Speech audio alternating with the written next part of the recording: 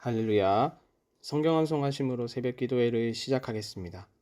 그들이 사도의 가르침을 받아 서로 교제하고 떡을 떼며 오로지 기도하기를 힘쓰니라. 날마다 마음을 같이하여 성전에 모이기를 힘쓰고 집에서 떡을 떼며 기쁨과 순전한 마음으로 음식을 먹고 하나님을 찬미하며 또 온 백성에게 칭송을 받으니 주께서 구원받는 사람을 날마다 더하게 하시니라. 아멘. 하나님의 말씀은 사무엘상 26장 1절에서 12절의 말씀입니다. 이 시간 제가 읽을 때에는 9절에서 11절까지를 봉독하도록 하겠습니다. 다윗이 야비새에게 이르되 죽이지 말라. 누구든지 손을 들어 여호와의 기름 부음 받은 자를 치면 죄가 없겠느냐 하고, 다윗이 또 이르되 여호와께서 살아계심을 두고 맹세하노니 여호와께서 그를 치시리니 혹은 죽을 날이 이르거나 또는 전장에 나가서 망하리라. 내가 손을 들어 여호와의 기름 부음 받은 자를 치는 것을 여호와께서 금하시나니 너는 그의 머리 곁에 있는 창과 물병만 가지고 가자 하고. 아멘. 오늘 본문에서 우리는 사울을 죽일 기회가 다시 왔음에도 불구하고 사울을 죽이지 않는 다윗의 모습을 볼 수 있습니다. 이 본문에서 우리는 사울과 다윗의 대조되는 특징을 발견하게 되는데요. 바로 이 이유 때문에 사울이 사울되고 다윗이 다윗된다고 할 수 있겠습니다. 먼저 사울의 특징을 살펴보면요. 그는 신중하지 못하고 충동적이며 눈앞에 있는 이익을 쫓는 모습을 보여줍니다. 오늘 본문 1절의 말씀을 보시면 이렇게 말하죠. 10사람이 기브아에 와서 사울에게 말하여 이르되 다윗이 광야 앞 하길라 산에 숨지 아니하였나이까 하매, 10사람은 또다시 다윗의 위치를 사울에게 알려주었습니다. 이미 이들은 23장의 말씀에서 사울에게 다윗의 위치를 알려준 바 있었죠. 다윗이 숨은 장소를 들은 사울의 반응이 어떻습니까? 2절과 3절 상반절의 말씀을 보시죠.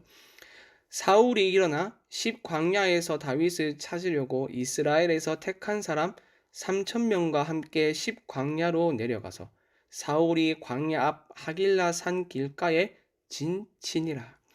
10사람의 밀고를 듣자마자 다윗을 잡으러 가는 사울의 모습, 뭔가 이상하지 않습니까? 자신의 왕권을 위협하는 사람을 죽이러 가는 것이 왜 이상하냐고 생각할지 모르지만 우리가 기억을 더듬어 보면요. 24장의 말씀에서 다윗이 사울을 죽일 기회가 왔음에도 불구하고 그를 죽이지 않고 살려주었죠. 그때 사울이 어떤 말을 했습니까? 다윗이 자신보다 더 의로운 사람이라고 인정을 하였으며 심지어 보라, 나는 네가 반드시 왕이 될 것을 알고 이스라엘 나라가 내 손에 견고히 설 것을 아노니라고 말하기까지 하였습니다. 즉 내가 너를 죽이기 위하여 다시는 너를 쫓지 아니하겠다라고 말한 것과 다름이 없죠. 그런데 본문에 나타난 사울의 모습은 어떻습니까? 10사람이 밀고를 했을 때 어떻게 반응하는 것이 마땅하겠습니까? 그는 하나님께서 세운 기름 부음을 받은 사람이다. 그가 반드시 왕이 될 것이고 이스라엘을 견고히 세울 것이다 라고 말하는 것이 합당하지 않겠습니까? 그러나 그는 이전에 자신이 했던 맹세와 상반된 모습을 보여주고 있습니다. 마치 기다렸다는 듯이 3,000명이나 되는 군사를 이끌고 다윗을 잡으러 가는 모습을 보여줍니다.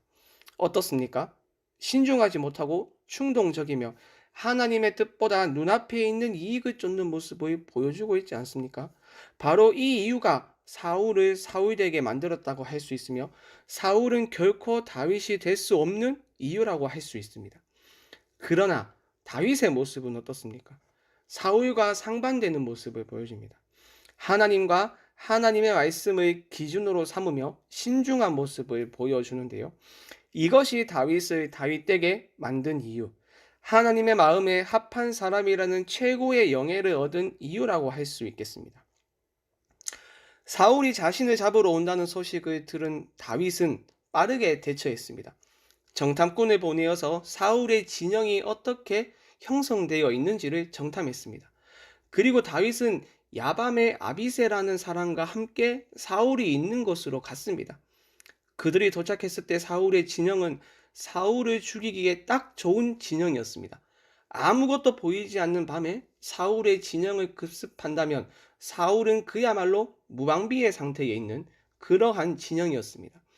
그래서 다윗과 함께 간 아비새가 8절과 같이 말을 했던 것이죠. 하나님이 오늘 당신의 원수를 당신의 손에 넘기셨나이다.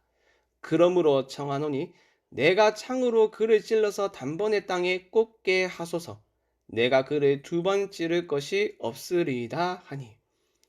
지금 아비새는 사울을 죽일 수 있는 이 상황을 하나님이 허락하셨다는 신학적인 근거를 제시하면서 사울을 죽이겠다고 말합니다.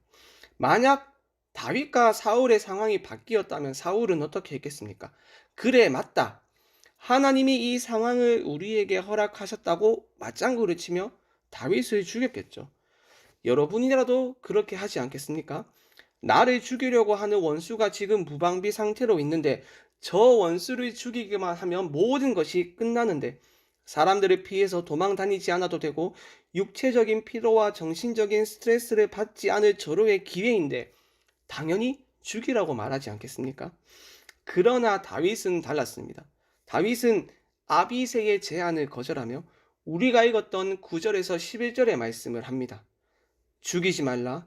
누구든지 손을 들어 여호와의 기름 부음 받은 자를 치면 죄가 없겠느냐 하고 다윗이 또 이르되 여호와께서 살아계심을 두고 맹세하노니 여호와께서 그를 치시리니 혹은 죽을 날이 이르거나 또는 전장에 나가서 망하리라. 내가 손을 들어 여호와의 기름 부음 받은 자를 치는 것을 여호와께서 금하시나니 너는 그의 머리 곁에 있는 창과 물병만 가지고 가자 하고. 어떻게 보면 다윗은 지금 상식에 어긋나는 결정을 내렸고 이러한 다윗은 곧 눈앞에 있는 이익을 쫓지 않는 결정이라 할 수 있습니다. 당장에 사울을 죽이면 모든 것이 해결되고 왕의 자리에 앉을 수 있는데 그는 그렇게 하지 않았습니다. 다시 찾아오지 않을 인생 최고의 기회 앞에서 그는 하나님과 하나님의 말씀을 기준으로 삼았습니다. 지금이 아니더라도 언젠가 하나님이 반드시 사울을 심판하실 것임을 확신하는 모습, 하나님의 주권을 인정하는 모습, 조급해하지 않는 신중한 모습을 보이고 있습니다. 이것이 사울과 다윗의 차이이며 다윗을 다윗되게 만든 원인입니다. 사랑하는 여러분, 여러분은 사울과 다윗 중 어떤 유형에 속하십니까? 우리 모두가 다윗과 같이 눈앞에 있는 이익을 쫓아 행하는 것이 아니라 잠시 멈추어 서서 그것이 정말 하나님의 뜻인지 하나님이 기뻐하시는 일인지 고민하고 생각하며 하나님이 기뻐하시는 일을 행하는 여러분이 되길 바랍니다.